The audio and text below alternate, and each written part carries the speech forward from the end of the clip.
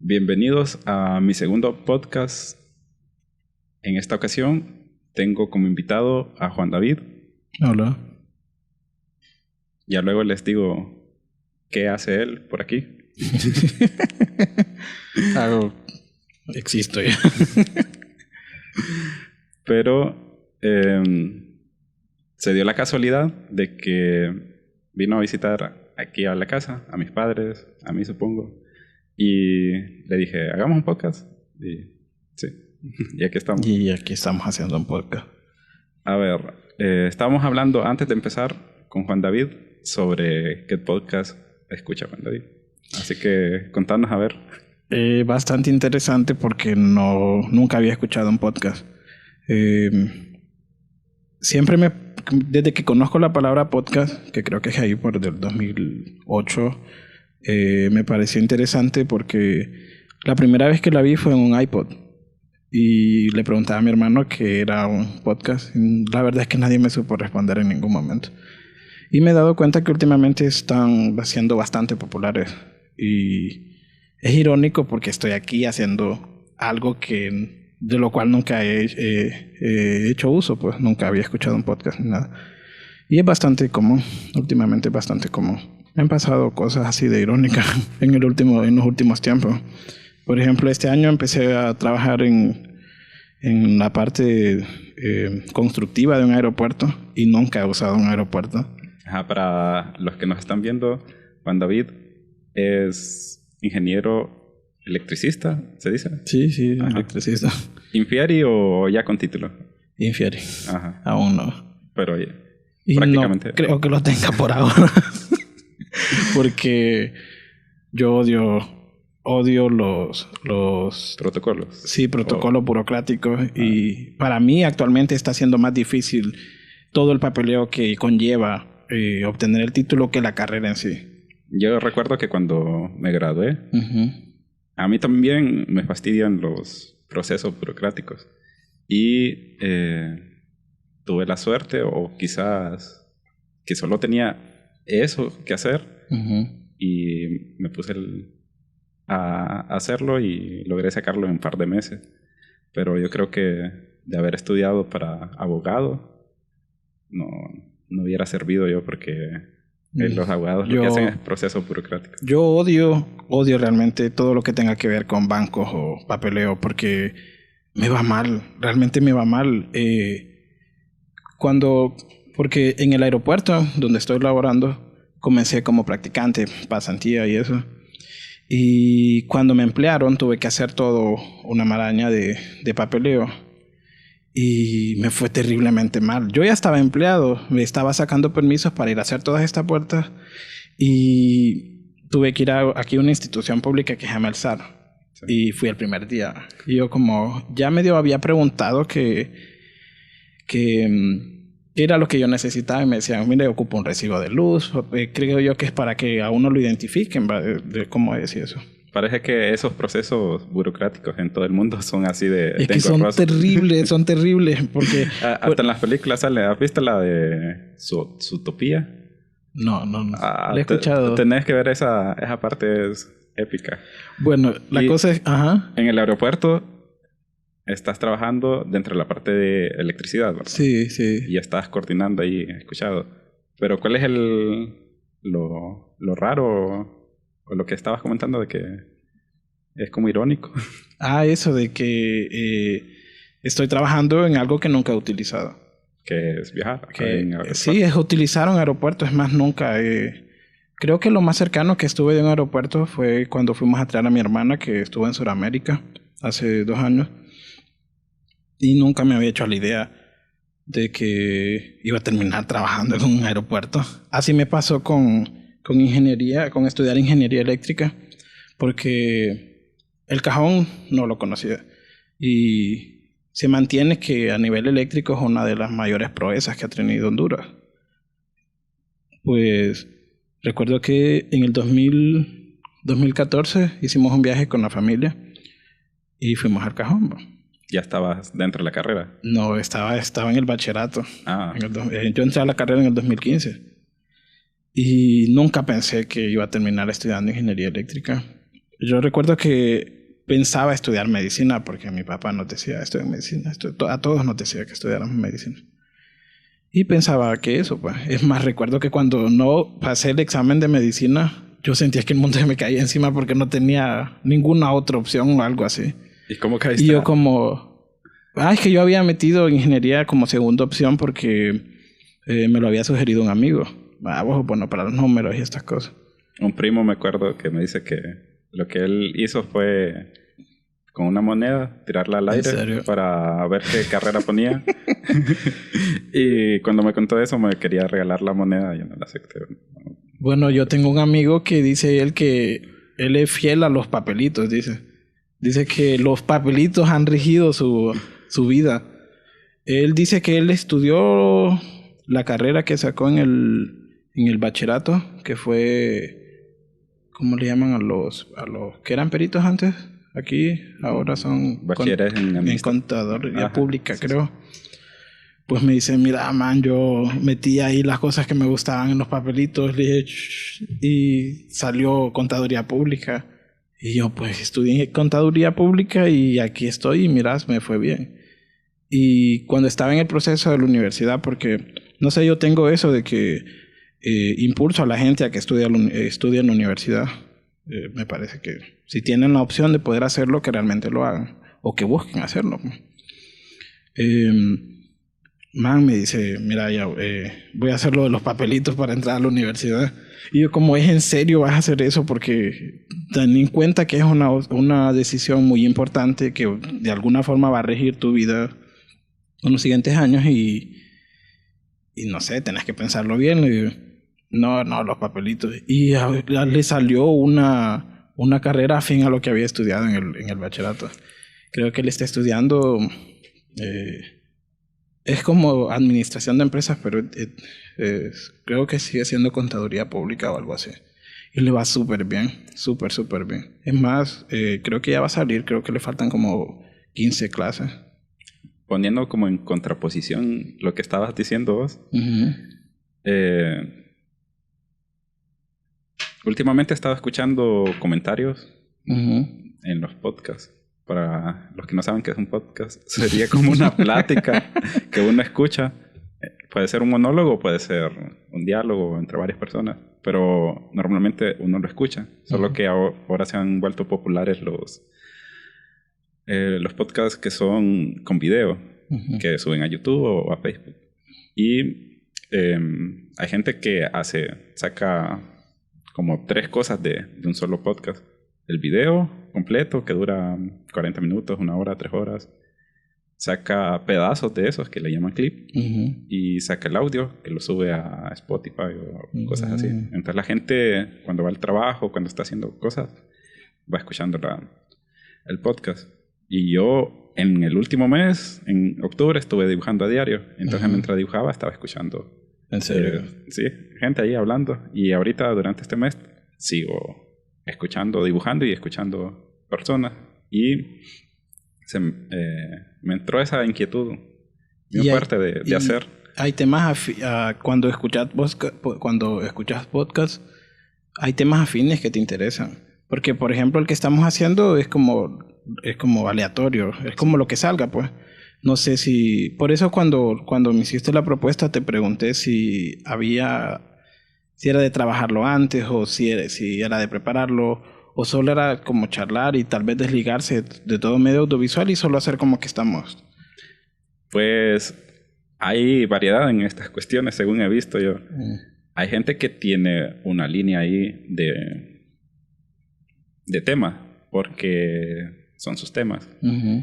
Y hay gente que lleva como invitados y el invitado es experto en una cosa y entonces hablan sobre esa cosa. Y hay gente que tiene invitados variados. Entonces llega un futbolista, llega un filósofo y así. Hay gente que hace entrevistas como a famosos y hay otros que son de amigos hablando cualquier cosa sin ser expertos en nada, pero dando su opinión y la gente lo escucha. Fíjate que viéndolo así se me han generado varias preguntas, como realmente cuál es el efecto con el que ¿Cuál es el efecto con el que lo haces?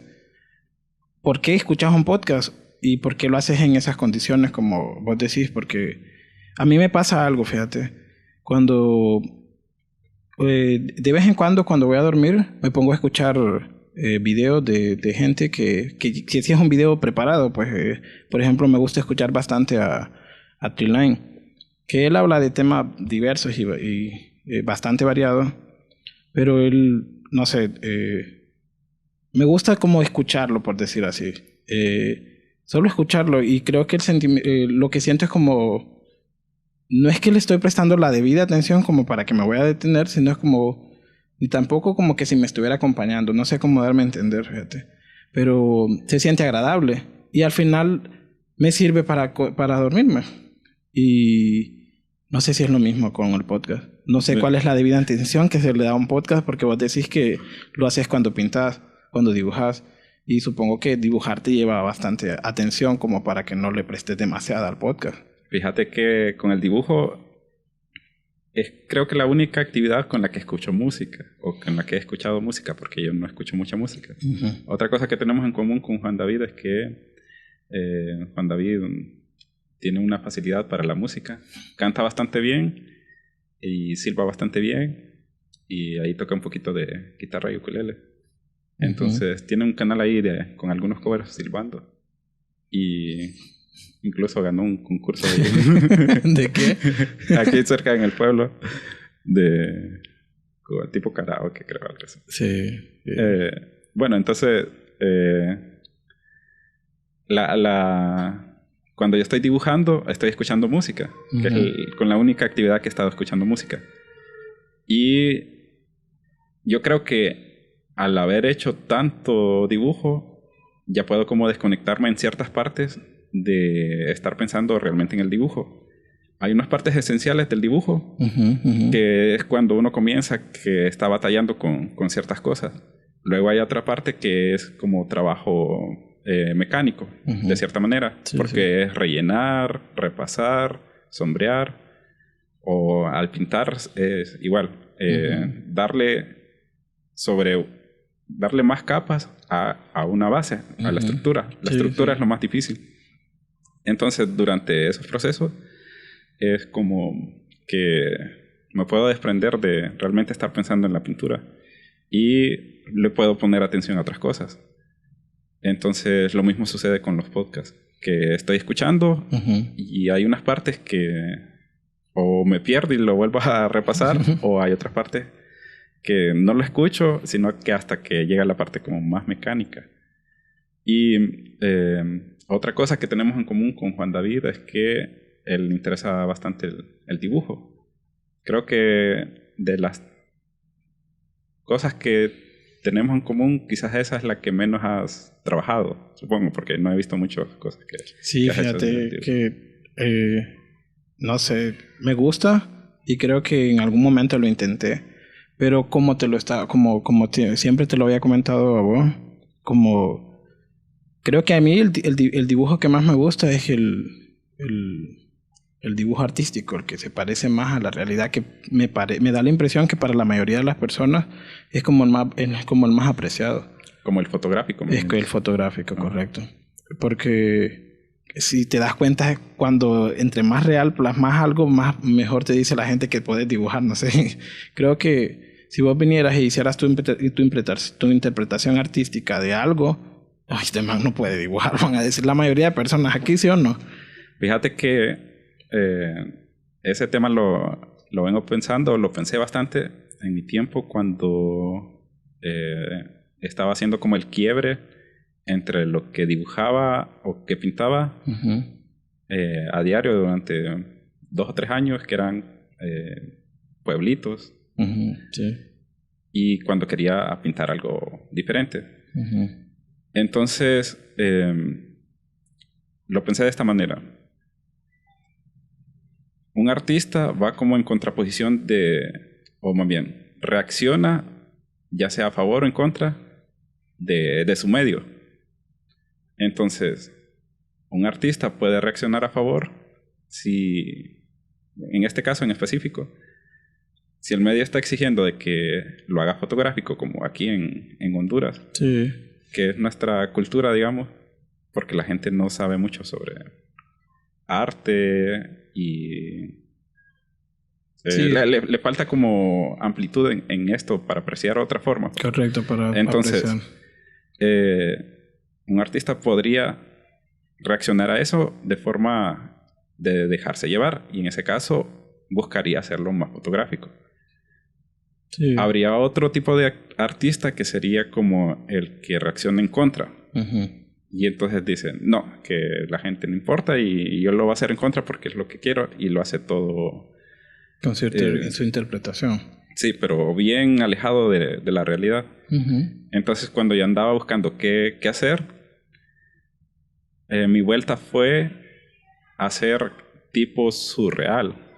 Es decir, así como las obras de Dalí, que eran, bueno, que son como fotográficas, pero totalmente irreales, porque hay unas cosas que son... Sí, se salen completamente de... Ajá, entonces esa fue mi forma de reaccionar hasta a la presión del medio.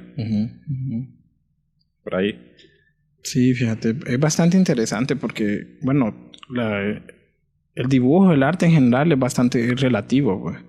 Pero, por ejemplo, en Honduras es lo que yo he percibido, pues, que el dibujo fotográfico, por decirlo así, es como el más apreciado, debido a que, como lo has mencionado, no existe una perspectiva muy amplia de la población para poder apreciar los diferentes matices que podrían llegar a tener en una obra. Y es bastante interesante. Fíjate que estando ahí en el aeropuerto, he puesto a prueba lo que ya te había preguntado sobre arquitectura y dibujar. No me acuerdo. Que te preguntaba si para estudiar arquitectura tenías que saber dibujar. Ajá. Y lo puse a prueba ya, lo puse a prueba en el trabajo, y a casi la mayoría de arquitectos que conozco les he preguntado si pueden si ellos realizan dibujo artístico, y me dicen que no. Inclusive una me dijo que dibujaba como trastornada o algo así. Que a ella lo que le importaba o le interesaba era darse a entender por medio de garabatos. Y eso ya lo había escuchado antes, solo que no sabía cómo diferenciarlo, porque cualquiera diría que sos arquitecto porque te gusta dibujar. Y no. ¿Vos qué podrías decir al respecto? En tu caso, sí pasa, porque puedes hacer dibujo artístico, pintar, modelar, y sos arquitecto. Sí. Aquí es que bueno, entra la cuestión de que soy multidisciplinario. Sí. Pero realmente para estudiar arquitectura no se necesita saber dibujar de esta forma fotorrealista o artísticamente. Pero sí uno va educando un poquito el ojo y la mano para poder trazar de manera que sea como entendible, si es a mano, digamos. Entonces ahí entra un juego entre lo técnico y lo artístico, pero más técnico. Y a veces hay ideas que con ciertos garabatos se pueden plasmar. Y hay un trabajo también de desarrollar la inteligencia espacial a través del dibujo y a través de otros medios. Entonces es un trabajo de dibujo que se complementa ahí entre ambas zonas, pero no es necesario. Solo que sí va como empujando un poquito porque vas agarrando como firmeza o agilidad. Sí. Ahí en el trabajo solo he conocido a una arquitecta que hace dibujo artístico. Y sí, es bastante interesante. A mí desde el inicio me generó interés, pues. Tengo otro amigo al que le hacía prácticamente la misma pregunta. Él también sí hacía dibujo. Viéndolo desde este punto, las clases que impartía pues en la universidad, donde mandabas a tus estudiantes a dibujar al aire libre, era en función de eso que me decís para lo que lo hacías. Sí, es que hay bastantes ejercicios que buscan diferentes cosas. Entonces, dentro de la gama de ejercicios que ponía y que por ahí están los videos en YouTube, esos videos los hice como para recuperar lo que hacía durante la clase. Por lo menos la columna vertebral, porque hacía muchas más otras cosas. Y se busca desarrollar diferentes aspectos. Entonces yo trataba como de dar un enfoque más o menos amplio sobre el dibujo. Y en algunas de las clases que daba era menos técnico y se buscaba como la representación de el 3D o la perspectiva. Entonces por eso se trabajaba al aire libre, que es muy diferente a trabajarlo a partir de un plano, sacar un dibujo. Entiendo. O copiar una cosa. Son procesos diferentes y la mente tiene que trabajar de forma diferente. Y al ser tan subjetivo el dibujo al momento de evaluar cómo lo hacía. Porque vaya, en mi caso la mayoría en mi carrera, por ejemplo, la mayoría de respuestas eran como ya estaban predeterminadas. Un ejercicio de matemáticas solo te podía dar 6 o 6. Si te daba menos 6 o 4 estaba malo. Pero en tu caso, al ser un dibujo y tan subjetivo, ¿qué métodos utilizabas para evaluarlo? ¿O en qué momento vos podías decir como esto está mal y no merece una buena calificación? Mira, ahí ese es un tema bien complicado. Incluso dentro de la carrera se discute y se discutía bastante eso y habían críticas. Sí, porque porque vaya, el alumno podría decir como está opacando mi interpretación de la realidad que le estoy haciendo. ¿Es válida o algo así? Mira, mi forma de llevar la clase era como...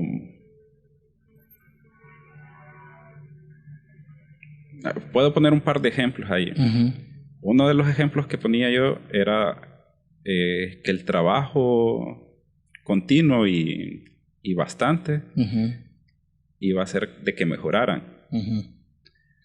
Entonces, el primer parcial, por decirlo así, el primer mes, era un trabajo que decía yo, se va a trabajar bastante como para agarrar un ritmo y ejercicios para dominar la mano.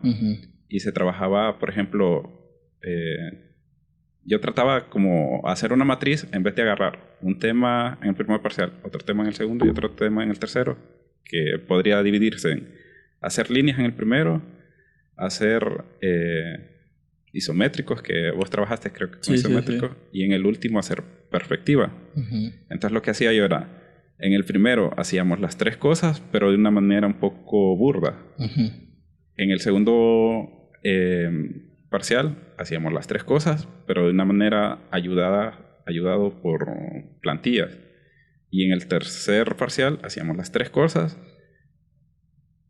pero con métodos más procedimentales. Sí, más técnicos. Sí, más técnicos. Entonces era como ir subiendo de nivel. Y a la vez estaba relacionado con la cantidad de trabajo. En el primer parcial era un montón de trabajo, pero que valía poco cada trabajo porque era de ejercitar. Y en el primer parcial se trabajaba bastante como los volúmenes todos raros. Y bueno, es decir, que la gente que no podía dibujar le salían todos deformes. Sí. Y a través de estar revisando como en público y viendo los ejemplos y dando consejos, entonces se iban mejorando un poquito, poco a poco. Y iban agarrando como nivel. Luego, en el segundo parcial, bajaba la cantidad de trabajos o de hojas que dibujar, pero cada trabajo le metían más horas. Era más, como que tenía mejores acabados, tenía que tener más, se tenía que ver la diferencia entre lo repetitivo y ya lo más detallado. Entonces más o menos por ese lado evaluado. Por ese lado llevaba la clase. Y la evaluación era en el primer parcial, como valía tan poco, era ¿lo hace o no lo hace?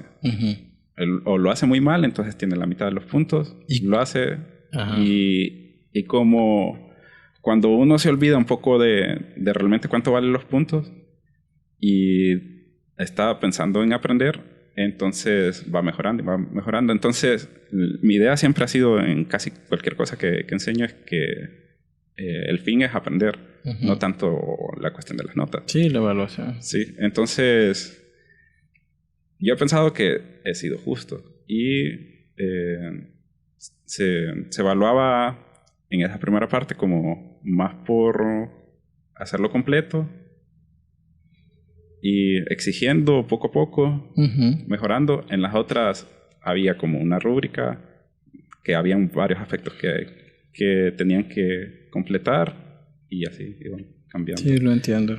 Vos cuando aprendiste a dibujar, más bien cuando estabas dibujando y esto, ¿qué hacías? Pues fíjate que a mí lo que me gustaba era plasmarlo como lo veía, pues. Era como copiar fotos. Sí, copiar fotos. No tanto así, fíjate. Creo que esa fue una etapa que descubrí que me gustó durante yo intenté dibujar, porque a la fecha no creo que siquiera me deberían llamar dibujante, porque no creo que fue una etapa de mi vida artística que he experimentado poco, pero que me gustaría de repente seguirla. Las clases que cuando entré al colegio, las clases de dibujo que llevamos me gustaron y creo que ahí fue donde desarrollé un poco más. No sé si recordás que ahí me interesé por pintar un cuadro que creo que es como el único que he hecho. Que lo hice con vos, con tu ayuda. Acrílico, que no recordás. No. Mucho me gustaría tener ese cuadro, fíjate. A ver cómo... No lo recuerdo mucho cómo era. Ajá. Bueno. ¿Sabes? Alguien me estaba diciendo de que vos estuviste cuando llegó mi tío y llegaste a unas clases con él. Tío. ¿Dermel? Sí. No sé, dame un poco más de contexto porque no recuerdo. ¿No te acuerdas de mi tío? No. Llegó por cerca del 2009, creo que estaba. No, en el 2009 yo estaba en sexto grado. No estaba en el cole. No estaba en el colegio todavía. Bueno. Si fue el año del golpe de estado, no estaba. Es que yo, por ahí, o el año siguiente. Sí, en el 2010 ya estaba. Sí. En el 2010 ya estaba. Fíjate, bueno, eso, porque recuerdo que en una de esas, porque no sé si te acordás que yo iba donde estabas pintando. Sí. Ahí creo que fue el tiempo donde estaba Rosaura. Rosario. Rosario fue que me dijo que estuviste con mi tío. Bueno, ¿sabes? Si ella te lo dijo, es cierto, porque me conoció. Yo la conocí, obviamente, en el colegio, no la conocí antes. Bueno. Saludos a Rosario. Sí, saludos. Yo hace tiempo no la veo, Rosario. Pero la reconocí en esa caricatura que hiciste, fíjate. Sí. Bueno, la cosa es que ese es otro punto que iba a tocar, pero ya lo tocamos. Le vamos a dar seguimiento. Recuerdo que esa vez estaba pintando un rostro y dibujando un rostro, perdón. Y ese momento se sintió bastante bien porque yo sentía que a medida que lo plasmaba más real, lo sentía como más propio, como, valga la redundancia, más real, y realizar los detalles en los ojos, en la nariz y en la forma de la cara, era como que si yo, realmente lo estaba modelando y todo, y se sintió bastante increíble la sensación de pertenencia que estaba teniendo al momento de hacer ese retrato. Se fue muy agradable y realmente es la única vez que he llegado a experimentar eso. ¿Sabes qué? Era curioso porque era una desconocida completamente. Era una fotografía que estaba en uno de esos libros de arte. ¿Sabes qué tema me interesa bastante? Buscar los vínculos entre diferentes profesiones o actividades. Entonces te planteo esto, mira. Y a ver si lo relacionas con cualquier otra cosa que estás haciendo. Yo cuando aprendí a pintar no tenía maestro. Entonces estuve un montón de tiempo pintando y haciendo cuadros y casi con poca observación de mis amigos pintores o mi papá o alguien así. Entonces, ahora mi método de dibujar y pintar, y para otras un montón de cosas, lo pienso como en capas. Entonces hay una capa de esa estructura, que puede ser a color o puede ser en dibujo o lineal. Hay otra capa que es como las masas le llaman. Luego otra capa de detalles, otra capa de más detalles, otra capa y así. Normalmente trabajo con 3 o 4 capas. Ahora, si lo pensás en otra cosa, ¿será que has trabajado así o no? Porque es una cosa de método. Sí, es que realmente todo es metódico. Sí, pero es una forma, vaya, tengo un amigo Ajá. que él pinta así como impresora. Empieza con el cielo, las montañas. Pero lo va acabando todo. Sí, en cada... sí, no es como que vuelve. Ajá. Entonces como impresora. Y en el mundo de la pintura, eso, por lo menos en la académica, que ya he estado viendo más o menos cómo llevan los procesos, es más por capas. No es tanto así. Sí. Y yo hacía eso también porque era lo que miraba con todos los demás. Pero reaprender a hacer las cosas por capas es otro proceso. Por ejemplo, cuando uno graba música, no sé si lo ves que estás grabando por capas también. Sí, por capas. Entonces uno tiene una base que le llaman la maqueta o puede ser un beat. Luego grabas una cosa, luego volvés a grabar lo anterior, pero con más definición o con mejor. Sí. Y vas trabajando con capas. En la parte eléctrica, ¿trabajarás con capas o no? Sí, realmente se tienen que trabajar por capas porque hay procedimientos que no puedes hacer antes del otro, pues. Como por ejemplo. Mira, en instalaciones eléctricas residenciales, primero necesitas la canalización, que son los ductos en los que va la tubería, el cableado. Que sería como los huesos, digamos. Sí, vendrían siendo los huesos de la estructura que le van a servir para protegerlo, pues. Eso es. Y depende del tipo de material en el que vas a empotrar o vas a poner la instalación. Si, por ejemplo, está empotrada en la pared, tienes que utilizar X material. Así me imagino yo que pasa en la pintura. Si con los colores, creo que lo primero que pones es el negro o algo así. Depende lo que... Pero sí, es una forma. Más o menos así es la analogía. Sí. Luego eso ya tiene que ver con normas. Y aquí sí son normas en la ingeniería son normas que no puedes dejar de... No es como en pintura que vos podés tener cierta libertad. Aquí no, porque ya son procesos ingenieriles y hay normas para que vos puedas llevar eso. Y no podés pasártelas de largo porque luego viene una supervisión y va a decir como esto se sale fuera de norma, es peligroso para la gente, no sé quién fue el ingeniero que supervisó este tipo de cosas o algo así. En cambio en pintura creo que es como más subjetivo, como vos decís, quien vaya a ver la pintura. Para empezar, no creo que vaya a juzgar a quien lo hizo, sino va a decir me agrada o no me agrada. No sé si existen tecnicismos en el dibujo así realmente. Podrías irte porque hay como varios movimientos dentro de la pintura o el dibujo. Y antes, no sé ahora, pero lo más académico sí eran con unas reglas bien fuertes que yo no aprendí porque no aprendí de esa forma. Pero sí había. No sé ahorita si la academia trabaja eso, y por videos que he escuchado de gente en algunos lados, hay unas academias que trabajan de otra forma. Mira, retomando algo que hablamos al inicio, con esta última cuestión que te tiré, de enlazar diferentes profesiones o diferentes actividades.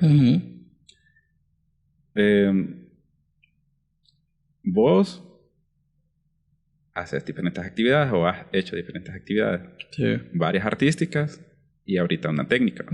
Por mi lado, también más o menos por ahí podríamos irnos. Tenemos eso en común. Ahora, vos hablabas al inicio de que le decías a tus conocidos de que estudiaran en la universidad. En los últimos años he estado escuchando también de que a gente que pone en duda ciertas cosas de esto de los estudios académicos. Y una cosa que sí se fija o sucede bastante es que hay gente que estudia algo pero se dedica a otra cosa. Y suceden unas cosas también de que si tenés diferentes actividades que podés hacer y que podés vincular, podrías hacer una cosa bien específica que nadie más hace. Sí. Por ejemplo... Una fusión de disciplinas. Ajá. Sí, es como lo que me habías dicho vos sobre, vaya, a mí me gusta la música, me gustan los instrumentos, vos sabes que me parecen bastante interesantes, y me gusta la ingeniería, estudié ingeniería, sé sobre... Entonces me habías dicho que lo fusionara y quisiera algo así como un theremin. No sé si sí. Entonces, yo pienso que, bueno, es en ese punto donde se logran las innovaciones, pues, al momento de fusionar diferentes conocimientos. Y surgen cosas como estas, y me imagino que qué sé yo, la biomedicina también es otra, es una función de conocimientos tecnológicos. Bueno, pues tecnología es toda realmente, pero podríamos decir conocimientos electrónicos con medicina, pues. Cosas que aquí raramente creo que se ven porque estamos acostumbrados a, si solo estudio esta carrera, no me voy a diversificar y me voy a dedicar solo a eso. Pero pienso yo que ahí es donde realmente se logran las cosas. ¿Vos, en tu caso personal, crees que has realizado fusiones de ese tipo? Porque, bueno, creo que sí lo has hecho realmente. Pero intento. De cierta manera, ya te voy a comentar una cosa. No sé si has escuchado sobre los multipotenciales. Ajá. Que son personas que tienen en potencia, podrían hacer varias actividades y lo que he estado investigando es que lo que tienen es una facilidad para aprender diferentes actividades que parece que no se relacionan. Pero el punto de ahí es que uno logra aprender bien rápido. Y sucede una cosa que he estado viendo que sucede con la edad también. No creo que a todas las personas, pero puede suceder, que es el multipotencial, la persona multipotencial, lo que hace es vincular formas de aprender de un tema con otro tema totalmente diferente. Y yo creo que con la experiencia y con la edad, las personas que han dedicado tiempo a aprender van viendo estas cosas que enlazan temas totalmente diferentes. Sí, para aprender. Para poder hacerlo. Sí, para aplicar los mismos procesos de aprendizaje a otra cosa totalmente diferente. Que eso es dentro del aprendizaje. Luego, al hacer las cosas, ya es otra cuestión ahí que es otro tema. Yo lo intento, pero no sé hasta qué punto he logrado vincular ciertas cosas. Pero sí me ayudan cosas que he aprendido para aplicarlas a otras cosas. Por ejemplo, esta cuestión de los videos me ayuda a haber aprendido cosas de otro tema, porque van vinculados. Pues eso de asociar conocimientos, la verdad es que es bastante útil. Realmente es muy útil. A mí me ha pasado que, en mi caso yo conozco, no puedo decir que bastante, pero sí un poco sobre medicina y procedimientos médicos. ¿Y eso cómo conoces? ¿Ah? ¿Cómo conoces? Porque mi papá es médico y yo prácticamente me crié en una clínica. Era como mi lugar de juego, fíjate, porque de pequeños, pues en la casa había una clínica. Mi mamá es enfermera y en mi casa hemos estado bastante relacionados con todo lo que tiene que ver con medicina, clínicas, accidentes. ¿Cómo qué procedimientos más o menos? Bastante raro. Bastante raro. No sé si te acordás la vez que te ayudé con iluminar unas cintas LED que tenías. Sí. Bueno, la cosa es que en ese momento nos parece que el conector creo que estaba malo y necesitábamos saber cómo medir la continuidad en la... Sí.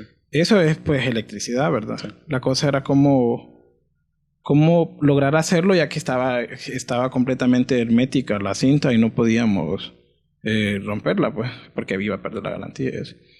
Entonces, lo que asocié fue algo que puede parecer grotesco. A mí no me parece grotesco porque es algo que me parece normal, pues. Cuando las ondas que se le ponen a los hombres para procedimientos en la vejiga, no sé. Sí. Entonces ahí lo que hacen es que meten un tubo por el conducto uretral y eso llega hasta el uretra.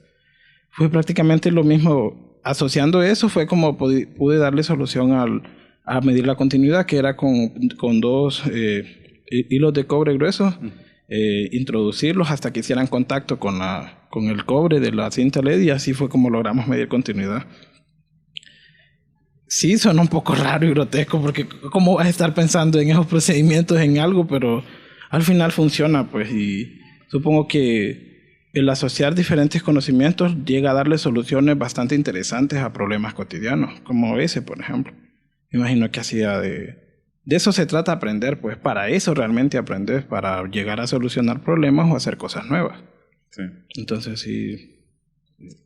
Estoy pensando en algo que, con lo que dijiste, que es algo que me gustaría o me gusta como decírselo a las personas, que es que yo hago ejercicios de imaginación. Viste que en octubre estuve dibujando diario, porque me entré a este reto que se llama Inktober. Entonces hay una lista ahí, yo utilicé la lista oficial y tenía que hacer dibujos relacionados con el tema.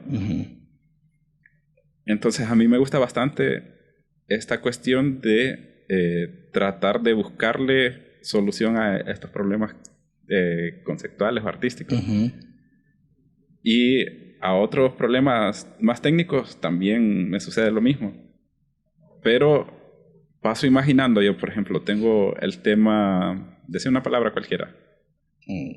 Cubo. Ajá. Entonces tengo esa palabra y para dibujarlo, ¿qué puedo hacer? Simplemente un cubo.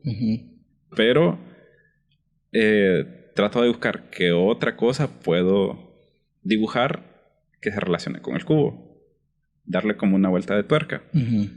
Entonces paso a veces investigando, la mayoría de las veces, qué cosas se pueden relacionar con el cubo, ya sea gráficamente o ya sea conceptualmente, buscando definiciones o frases, por ejemplo, de refranes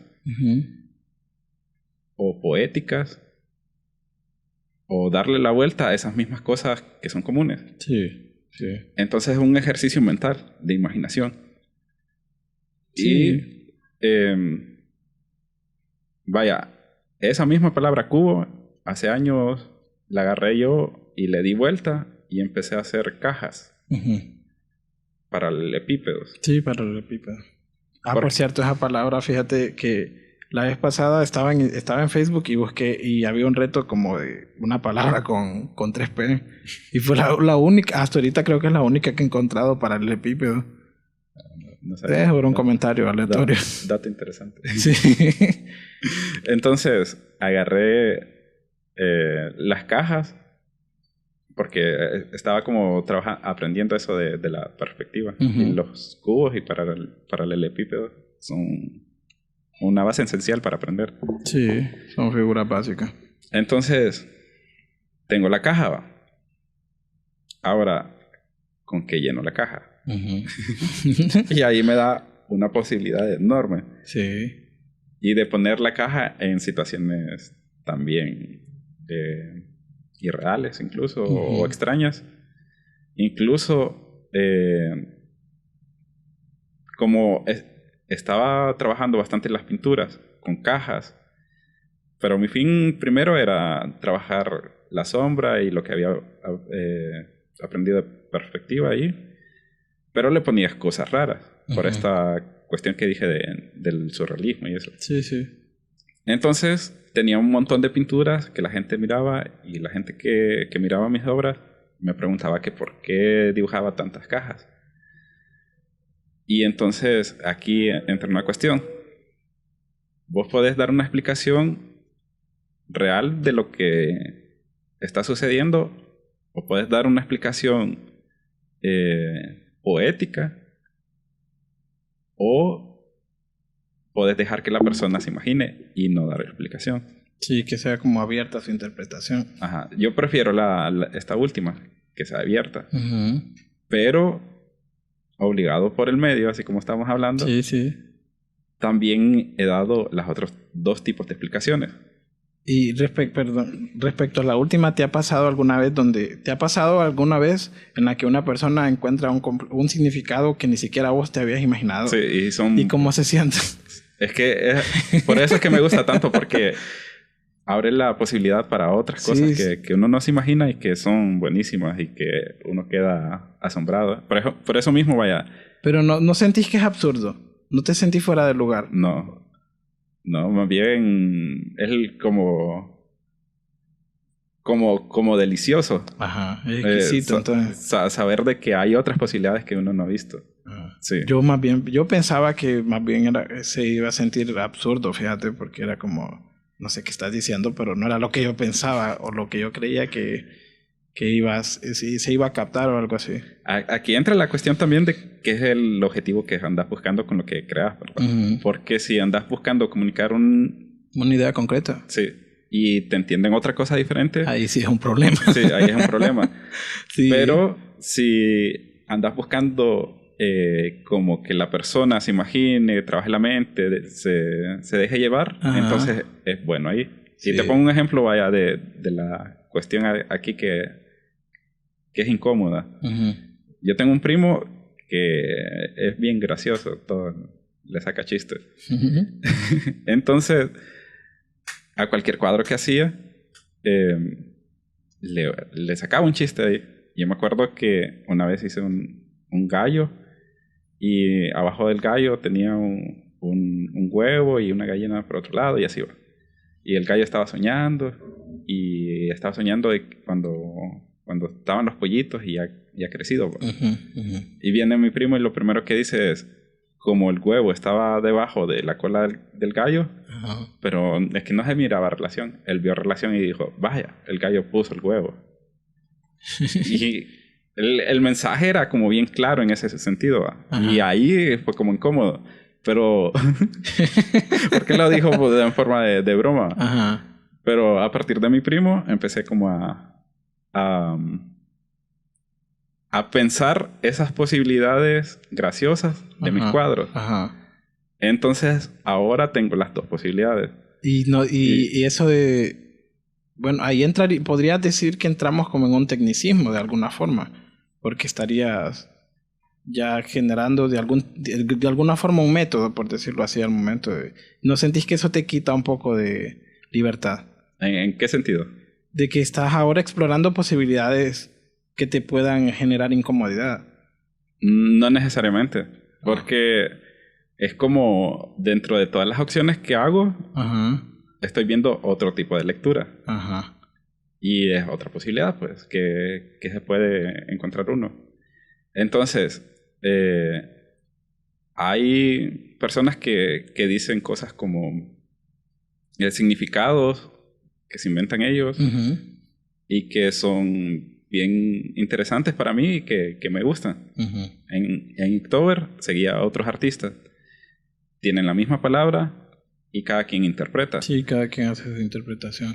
Entonces, de las personas que seguía yo, sobre todo aquellas que hacían unas interpretaciones conceptuales, no como personajes o cosas así que no tienen mucho que ver con el tema, uh-huh, me dejaban asombrados y me dejaban con una sonrisa, fíjate. La mayoría, sí.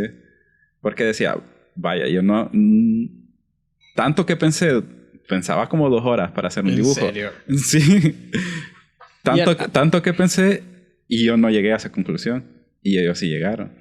Y vos desde el punto de vista artístico has tenido esos momentos fugaces de lucidez en los que en pocos segundos o minutos haces algo que después te parece impresionante o inclusive a mucha gente le parece impresionante.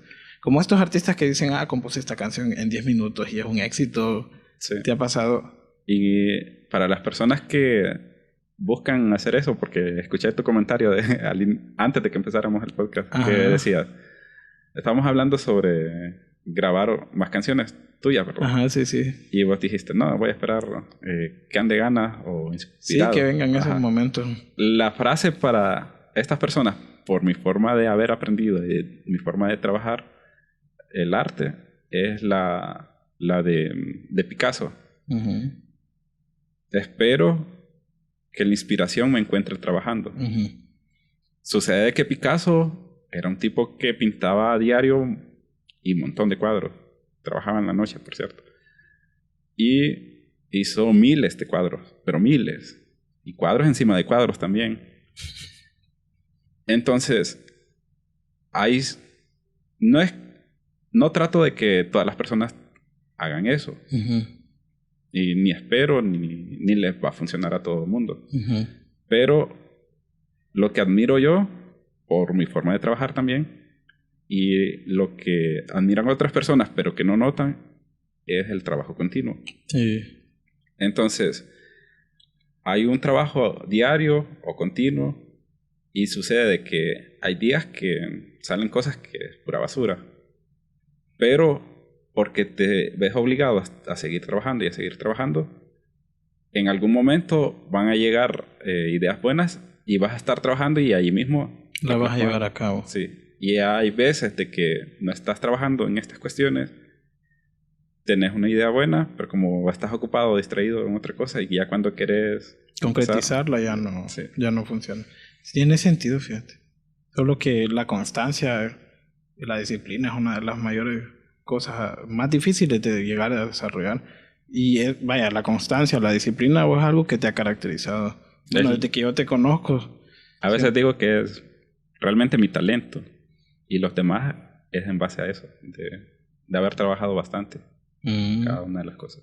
Pero no todo el mundo le funciona eso. Sí. Hay gente que realmente necesita entrar dentro de un sentimiento, de una cuestión de inspiración y agarrar un momento para crear. Esto.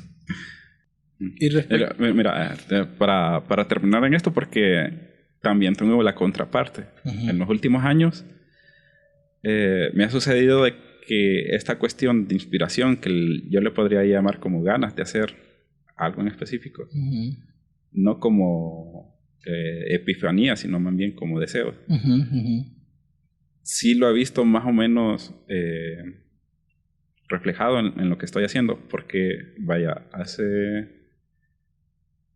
2 años empecé a pintar de nuevo porque los 2 años anteriores no había sentido ganas de pintar.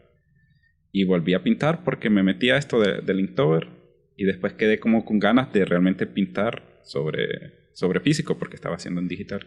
Sí. Por esa parte, si te fijas, estuve un periodo sin ganas de trabajar. Y este año, por ejemplo, terminando de hacer los instrumentos que construí, quedé sin deseos de seguir viendo eso. Y ¿instrumentos? Sí, de seguir trabajando en eso. Me metí en lo de Inktober, seguí con ganas de seguir dibujando y por eso he estado haciendo caricaturas.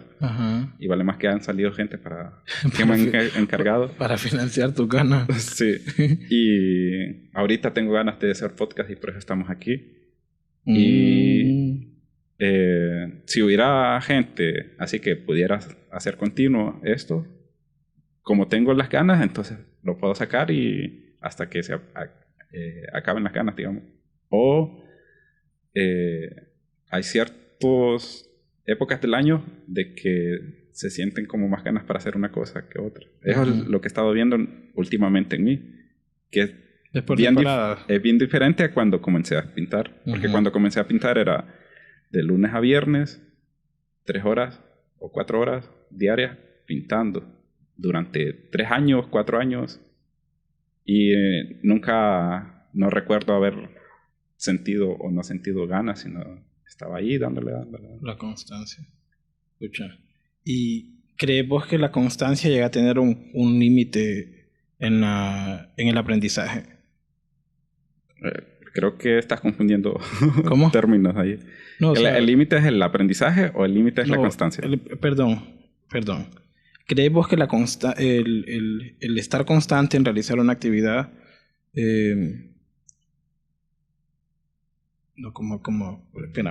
voy a generar bien la idea? Mejor poner un ejemplo de qué cosa te ha pasado. Que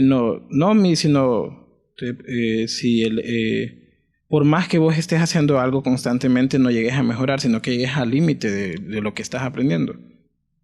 ¿Crees que eso pase? ¿O que realmente la constancia siempre va a encontrar? ¿O que llegue a un punto donde realmente ya no sirva?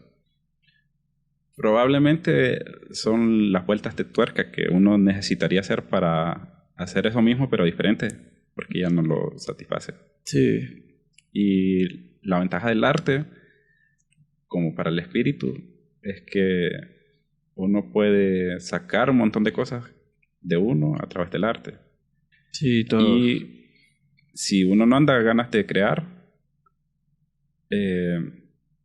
o digamos, ha sido constante, pero se le fueron las ganas de eso, pues habrá que, así como estaba yo, pues se me fueron las ganas y después volvieron y aquí estoy de nuevo. Y respecto a las ganas que te han dado de hacer nuevas actividades, ¿cuál sentís vos que es como la más diferente en función de lo que ya has hecho en tu historial? ¿O todas de alguna forma están afines a lo que te gusta hacer?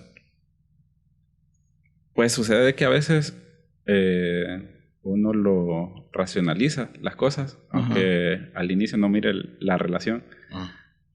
Por ejemplo, voy a retomar el tema que estábamos antes de las interpretaciones de las obras artísticas. Ajá, sí. Sobre las cajas en específico. Entonces, hice las cajas pensando en practicar lo de perspectiva.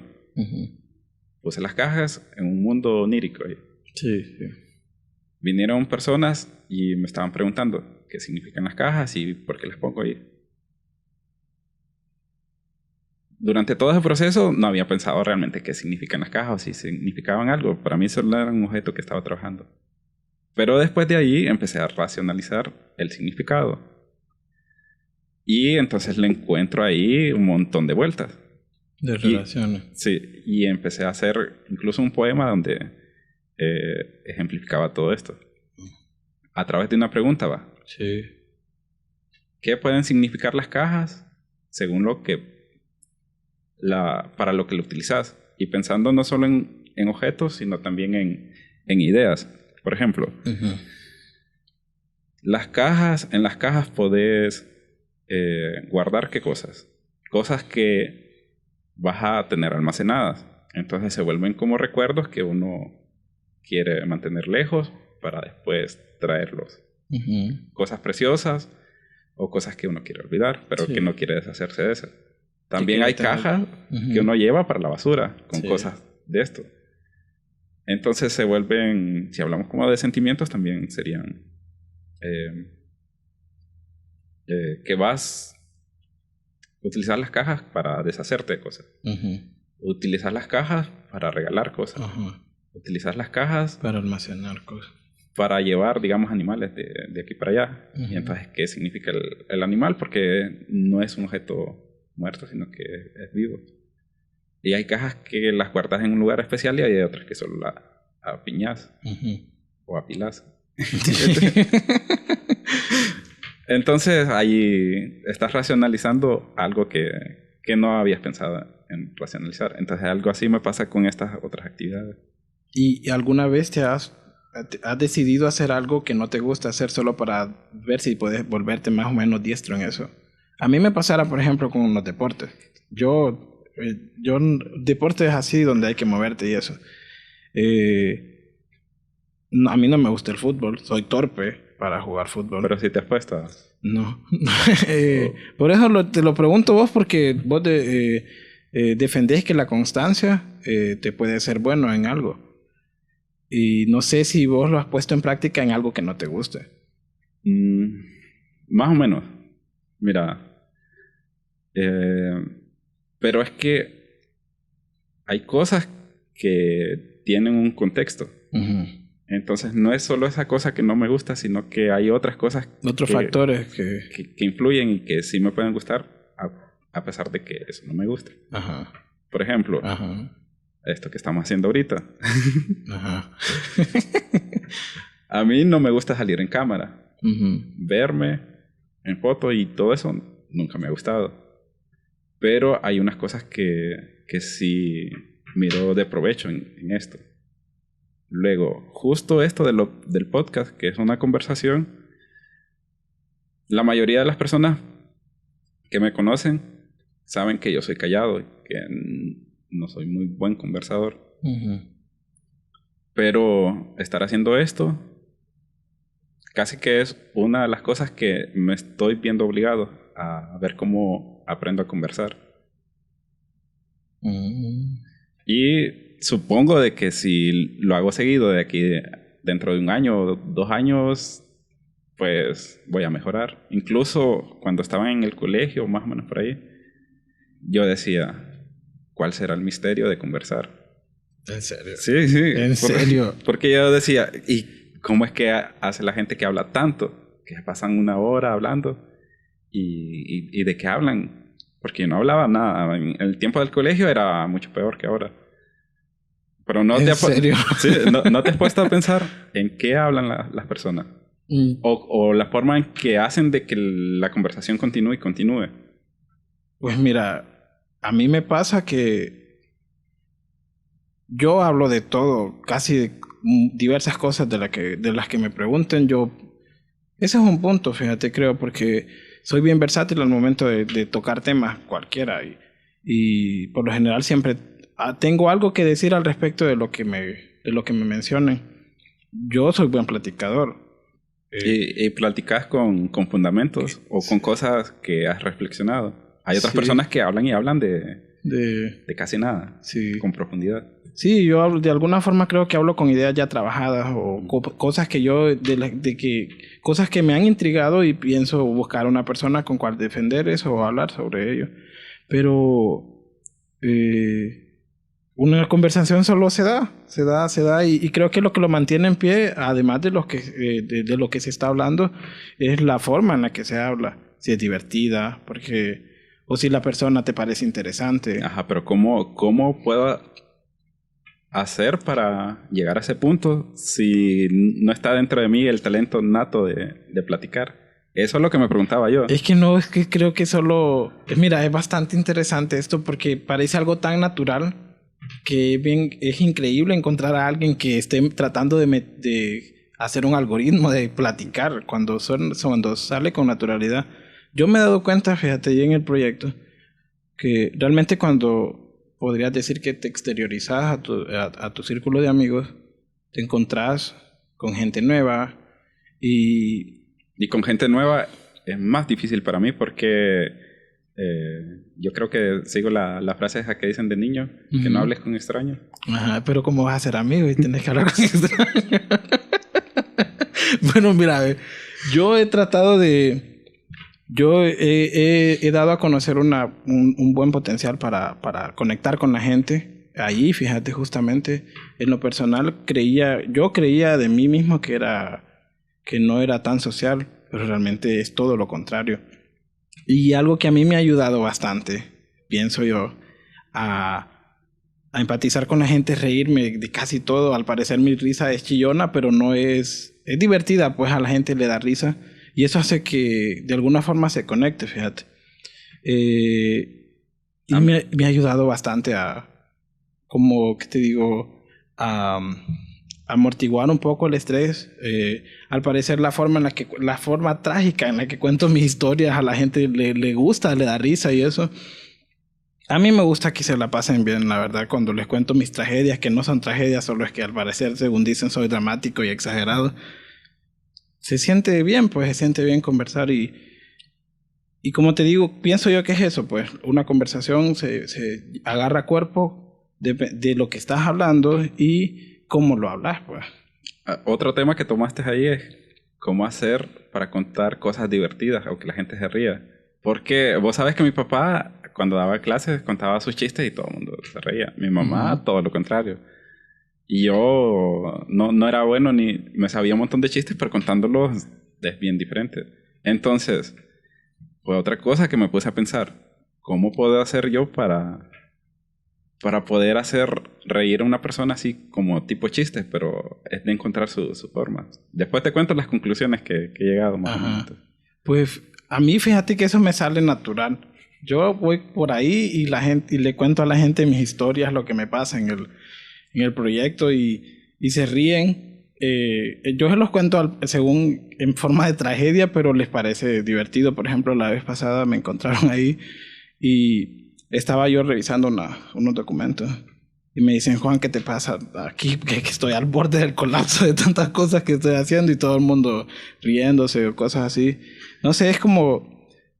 Tengo facilidad para la espontaneidad, fíjate. Me he dado cuenta ahí justamente en el proyecto porque creo que por un ratito desconecto a la gente de lo que está haciendo y se ríen, pues, y se siente bien.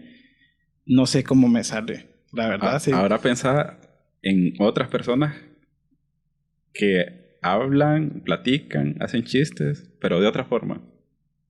Y ahorita hablaste de tu experiencia, ¿va? Pero buscando qué es lo que tienen en común o diferente, es una cosa que es interesante de pensar, fíjate. Sí, porque creo que también lo mantiene el interés que vos tenés en la otra persona, lo que primero que te parezca interesante lo que te va a contar y segundo que vos tengas cierto interés. Pues fíjate que eso me recuerda prácticamente ese dilema estábamos tratando una vez con un amigo. ¿Por qué te parece interesante una persona? Es bastante extraño, es bastante subjetivo. Pero creo que es eso, te tiene que generar interés. Lo que te dicen también, creo que la forma en la que te lo dicen y la persona, pienso yo. No sé, o es que es bien extraño, fíjate, porque también a veces vos solo vas por ahí queriendo platicar o que la gente te cuente cosas. Yo nunca he querido platicar, cuando o muy pocas veces. Cuando vayan en el bus nunca te dieron ganas de platicar con alguien. No, o que te contara... Lo contrario, mami. A mí me pasaba que más bien gente me acercaba y me empezaba a contar cosas y cosas hasta personales y yo como... que... Bueno, hay que escucharlo. Creo que también eso es otra cosa que al parecer escucho muy bien a la gente. Eso... Ahora mira, yo buscando como... Yo soy alguien que escucha. Parece que está bien ahí, pero el momento de platicar, de hablar y de todo eso, hasta ahorita tal vez un poco. Y los que me miran en video creen que soy gran conversador, pero no. Los que me conocen en persona, no lo soy. Y ahorita con Juan es porque no, yo me estoy como empujando para hacer esto. Hay un fin detrás más grande que yo mismo. Y sé que con vos tenemos buena dinámica porque ya nos conocemos y ya... Sí, hemos hablado ya de temas bastante diversos. Ajá. Ahora, cuando yo estaba en aquella época adolescente y pensando en eso, descubrí una cosa que era... Normalmente cuando yo platicaba era, alguien me pregunta y yo empiezo a hablar sobre esa cuestión. Cuando terminó de responder la cuestión, me quedo callado, ya, cheque. Y no le pregunto a la otra persona nada ni nada, solo es que contestar ya. Eso es lo que hacía normalmente. Entonces, yo me fijaba en que algunas personas cuando estaban platicando, de la nada empezaban a hablar de otras cosas que no tenían nada que ver con el tema. Y yo, ¿qué pasa? ¿Por qué están hablando de otras cosas? Si no... ¿En serio? Sí, cuando vos lo pensás así, fíjate, es bien raro. Eso es bien, realmente es interesante porque metodizar una actividad tan cotidiana y vaya, esa observación nunca me había detenido a pensarlo. Entonces, empecé a intentar eso, pero de forma escrita, porque hablando me cuesta. Y de forma escrita se me hace más fácil. Y sí funciona, algunas veces. Depende de otros montón de factores, pero es una forma. Otra forma es, bueno, que hay gente que platica, pero los temas de plática son sobre personas. No son sobre cosas como hemos estado platicando de cosas abstractas o de trabajo. O un tema concreto, como tal. Sino que sobre personas. Si hablan de trabajo, hablan sobre las personas en el trabajo. Que es otra cosa. Que quizás eso nunca he practicado. Y la otra cuestión es esta de mostrar interés y preguntar. Sí. Que es como creo que es como lo más... Vaya, en tu caso, yo sé que vos has conocido personas que son afines y bastante diestras en lo que te gusta hacer. sé que has tenido la oportunidad de conversar con ellos, pero cuando te ha tocado, no creo yo que solo te remitas a hacer una pregunta. Pues sí, por muchos años sí. ¿En serio? Y creo que me sigue pasando bastante. A pesar de que tenés interés sobre lo que te está diciendo. Es que no sé. No sabría decirte. Eso no lo he pensado sobre mí. Tendría que pensarlo. Sí, porque mira, a mí me pasa, por ejemplo, que a veces me genera interés la persona con la que estoy platicando, o me genera interés el tema sobre el que me está platicando, y al mismo tiempo, eso hace que te deje una idea sobre la persona, pues, que te está hablando. ¿Sabes qué pasa? Ajá. ¿Dónde platicar? Ajá. ¿Dónde platicar? Sí. ¿Dónde me va a encontrar una persona a mí para poder platicar? Hay un montón de personas que me dicen que siempre estoy ocupado y siempre estoy ocupado porque trato de estar ocupado siempre. Ajá. Entonces, sí. ¿En qué momento me va a encontrar para platicar? Me lo encuentro en la calle, voy para algún lado. No es que me va a detener a platicar ahí. No voy a visitar gente. Estoy en algún trabajo y hay cosas que hacer en otros lados. Y normalmente paso en una cueva aquí en algún sitio. Sí, Decía un tío, si tiran una piedra ahí, fijo le pego a Emilio porque siempre está ahí. Pero sí se te ha acercado gente a querer platicar. Sí, y un montón de personas han enojado por tu reacción. Sí, y me han dicho que al inicio como que me odiaban o como que... Espera, se acabó esto. Está interesante esto, fíjate. Ya hay poca batería en esta. Uh-huh. Entonces, hay gente que por un montón de años y sobre todo en la adolescencia, que se me acercó para quererme hablar, o los que contesté feo o muy breve, o no mostré interés, o me fui, y quedaron con una sensación fea o sí, mala. Algo desagradable. Sí, y pensaron que era odioso, quizás. Uh-huh. Después, estas personas que me han contado eso, porque supongo que han habido otro montón de más personas, pero que no me han contado, nos hemos vuelto buenos amigos y me han contado cómo fue la primera impresión respecto a todo lo demás. Y hay personas, yo creo, que siguen pensando de que soy subido, le llaman aquí, como orgulloso. No sé si alguien lo mira en Latinoamérica cómo es la palabra equivalente, pero piensan eso y gente que me conoce íntimamente, a profundidad, saben que soy de otra manera. Sí, yo pienso con todo lo contrario realmente. Y vaya, cuando yo te conocí, sí me di cuenta desde a primeras que eras una persona bastante hermética. Porque recuerdo que fue por eso, justamente por el dibujo. Creo que el profesor fue que me dijo, como Emilio pinta arriba. Se acabó la batería aquí. Después de una parada técnica, continuamos. Pero ya para finalizar. Hablando sobre eso, cuando vos sí te has visto en la necesidad de platicar con alguien. La sociedad me ha criticado eso y digo yo, ¿cómo? Que no platico. Ajá. Entonces, busquemos la forma de platicar, pero quiero entender cómo es que platica la gente. Pero nunca te has visto en esa necesidad de tal vez quererle contar una idea o querer saber lo que opina X persona o alguien en general sobre algo que vos querés hacer o algo personal. Si es un desconocido... sí, es que a un desconocido rara vez vas a ir a contarle tu vida o algo así. No, espérame, mira. A ver, si... Que tenga interés yo de saber algo así, no sé, busco en YouTube, en internet, uh-huh. Porque son cosas procedimentales o hay bastante información ahí, va. Sí. Por ese lado. Cosas mías para platicar. Uh-huh. Fíjate que he logrado, después de la adolescencia y que empecé a entender cómo platicar, empecé a soltarme con ciertas personas, incluso desconocidas, que agarraba como buena química para charlar, sobre todo escribir, porque hablar es más complicado.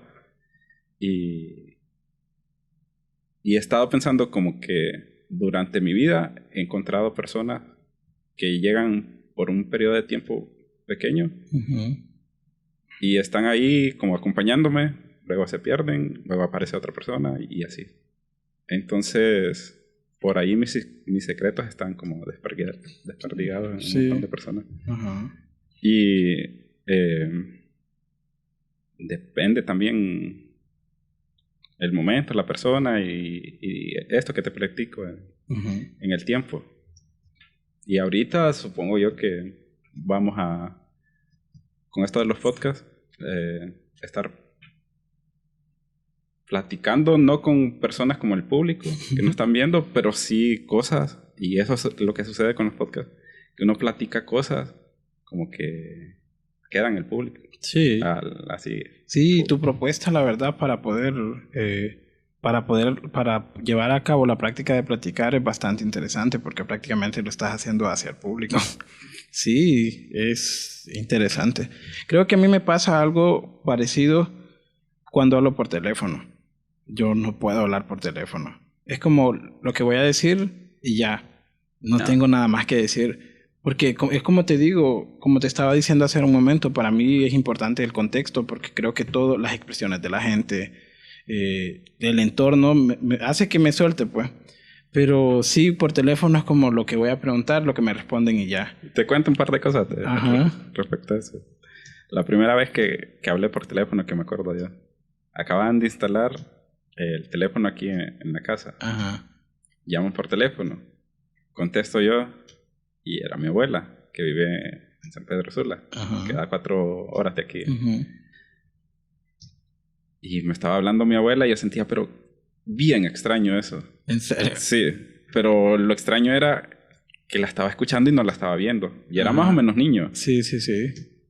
Y fue un choque bien feo para mí eso. ¿En serio? Sí, pero feo. Eso como primera cosa que es como raro. Y el año pasado, durante pandemia, empecé a charlar con alguien. Y normalmente yo de forma escrita. Pero con esta persona me hizo ver de que hay una cuestión que la forma escrita deja muy al aire como uno se expresa. Sí, yo siempre he dicho que los mensajes son a pesar de decir cosas puntuales, son muy abiertos a la interpretación. Sí. Y empecé a hablar así, o por llamadas y cosas así, o por audio. Y sí sentí la diferencia, pero nunca lo había pensado hasta que se me hizo esa observación. Y ahora sí noto la diferencia, cosa que no hacía antes. Prefiero escribir. Pero es que también me he encontrado con personas que de forma escrita se logra buena comunicación y se entiende bien. Y yo siempre trato de decirle a las personas de que piensen como esta frase de Chespirito. Tómenlo por el lado amable. Todo lo que yo digo, que la gente trate de pensarlo por el lado amable. A mí me pasaba lo contrario, fíjate. Recuerdo que hace varios años salí con alguien y yo prácticamente todos los mensajes yo los leía en forma de tragedia, como que un problema está pasando y al final era un caos en mi cabeza porque ahí está enojada, decía yo, ¿qué rayos está pasando aquí? Y ahí fue donde me di cuenta de que los mensajes, a mi parecer, a mi punto de vista, son muy abiertos a la interpretación. Y depende así, justo esto que te digo, cómo uno se siente respecto o cómo uno toma lo que uno está leyendo. Cuando uno está hablando y escuchando, por la entonación y todo eso, sí. Y yo cuando estoy escribiendo, pues siempre lo hago como de forma positiva, aunque diga algo quizás grosero, pero le digo a las personas y espero de que lo tomen por el lado amable. Sí, que no piensen que estoy tratando de decir algo grosero o ser grosero, sino que me sale así porque así soy medio tosco. pero realmente no ando buscando como ni burlarme de las personas, ni menospreciarlas, ni cosas así. Sí, te entiendo. Y por mucha gente, muchas veces me dijo que yo me burlaba mucho, sin hablar, porque no platicaba ni nada, pero me reía. Y es otro tema ahí. Sí. En tu caso, la risa, que la gente cree que la risa es burla. Sí. Y en mi caso es que creo que más bien les agrada, fíjate. Creo que es lo que me ha ayudado a conectar un poco con... Sí, pero es que mi risa no es risa de jajaja, sino que ha sido risa como... Y en silencio. Y no hay nada más de contexto, sino que la otra persona con lo que dice o veo. Pero no es que me causa risa así como alguien que se cae y se empieza a reír la gente burlándose. Eso nunca me ha causado risa a mí. Yo videos de caídas no miro porque no me causan risa. ¿En serio? Sí. Y lo que sí me parece es como que la risa mía ha sido por alegría. Cuentan algo y me siento alegre y sonrío, pero no en el sentido de burlarme. Pero las personas ya han pensado eso. Supongo que por quedarme callado y no dar contexto, y igual no me decían eso y yo no seguía, igual no decía nada. Qué interesante, fíjate. Ha sido muy buena la plática porque con todo el tiempo que te conozco, creo que son como más de 10 años, creo. Sí. Justamente hasta ahorita en esta plática es que me he dado cuenta de un montón de cosas que realmente creo que nunca me hubieras contado. Entonces creo que sí está funcionando. Sí está funcionando esto. Sí te va a funcionar esto de los podcasts. Vamos a ver también cómo sucede la dinámica, porque el primero, que hoy estuve medio editándolo ahí, empecé bien pausado. Yo hablo bien pausado, me dicen, con muchas pausas así intermedias.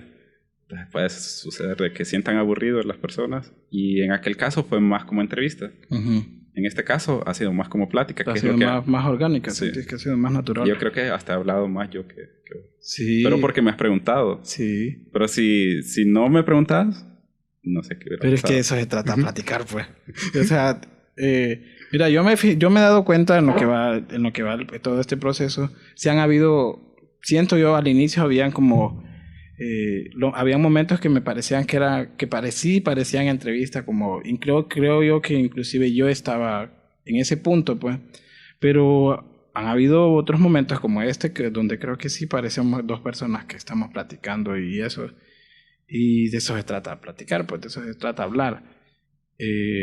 Estamos aquí, nos estamos viendo, creo que por un momento nos olvidamos que estamos grabando, y de eso se trata, pues, como te digo, a mí me pasa que me gusta ver la reacción de la gente, me gusta, eso me genera a mí contexto y me dan cualquier cosa que pase en el entorno, me es un tema para platicar, o a medida la persona va diciendo algo, me genera interés y ahí viene otra pregunta y otra pregunta, y así ahorita me ha pasado con vos, porque hay un montón de cosas que has dicho que me generan mucho interés, eso que te digo de metodizar cosas que son tan naturales, pues como hablar.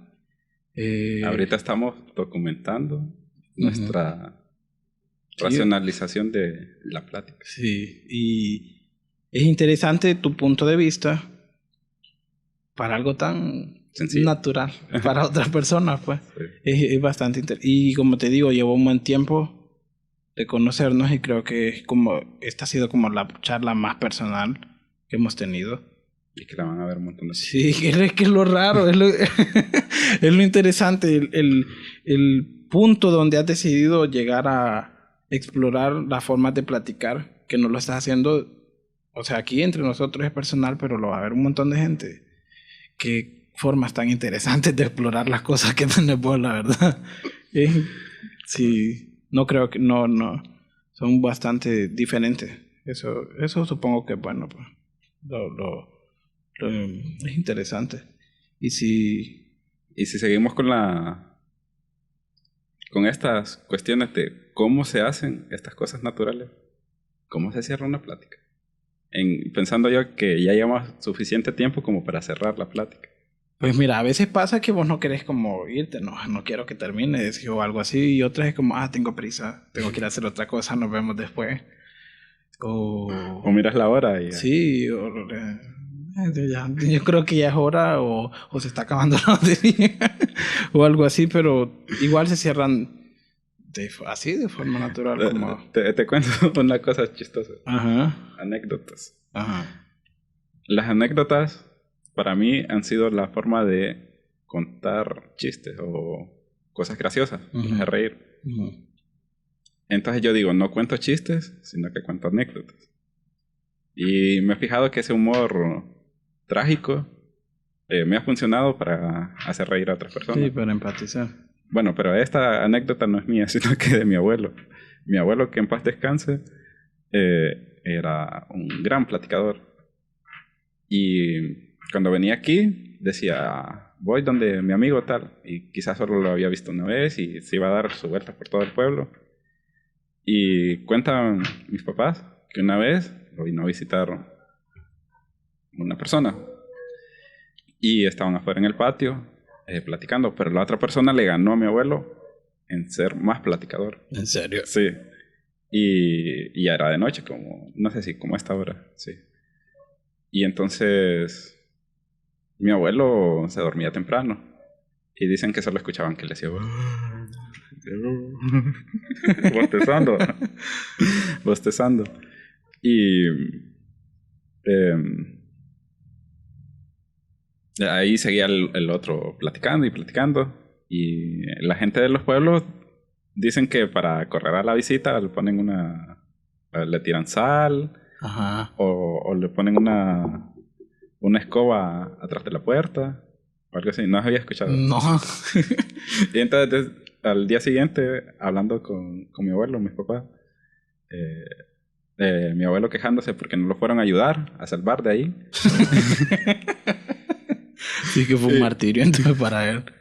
Y que lo hubieran ido a llamar por cualquier cosa. Ajá. Y él que como... No sé si en ese tiempo estaba ya con la pierna cortada porque le amputaron la pierna. Ajá. Pero supongo que sí, porque parece que dijo, y yo que ni me podía mover para ir a traer sal y echárselo. Puchica. Sí, hombre. Qué historia que está chistosa, la verdad. Pero sí, qué interesante todo este proceso. Espero y te sea de ayuda, que te sirva para que vayas por ahí y te encuentres a alguien y platiques. Sí. Y supongo que voy a empezar con los amigos y conocidos. Y sí, bien invitas a un desconocido, fíjate. A un desconocido no sé. No sé, ponen tu canal ahí como... ¿Quieres platicar? Platiquemos. O entrevistar a gente famosa y se vuelve famosa. Sí, también. Sí, es otro... Pero tendría que tener buen peso para encontrar gente. Sí. Bueno, ahí vamos a ver qué sucede. Ahí vamos a ver. Ya he pensado un par de personas. Vamos a verle por la evolución de este proceso entonces. Sí. Y bueno, demos por finalizado este podcast. No sé si querés despedirte de alguna manera. No. Si querés que te sigan por las redes, tal vez algunas 20 personas miren esto. El canal de YouTube, creo que podrías ponerlo no sé, en comentario o algo así. Lo voy a poner en la descripción, en un comentario. A ver si le gusta, la verdad es... cuando lo hice en pandemia, no tenía algo que hacer y dije voy a hacer algo en lo que sea bueno. Pensé en cantar, pero no es mucho lo mío y luego dije voy a silbar. Y eso es lo que hago. Entonces a ver si les gusta. Y si les gusta, escriban comentarios ahí pidiendo que siga para que se anime. Sí, gracias. Bueno, entonces nos despedimos. Sí. Gracias por escucharnos. Bueno, hasta pronto. Y si les gustó, escriban también. Y así voy a seguir haciendo estas cuestiones. Y si no, yo creo que también, porque es un buen ejercicio. No, sí ha sido bueno. Sí. Y yo siempre termino con esta frase en los videos. Compartan todo lo que saben.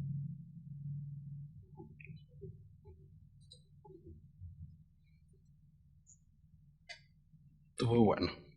Me sentí como en un reality show. Los realities son preparados, fíjate. ¿En serio? Un montón son... Bueno, sí, he visto. Tienen hasta guiones. Me he dado cuenta que sí. Pero me imagino que, o sea, primas a primeras es como el concepto principal, pues, de seguir una vida en sí cotidiana para tu persona, pero que un montón de gente la va a ver.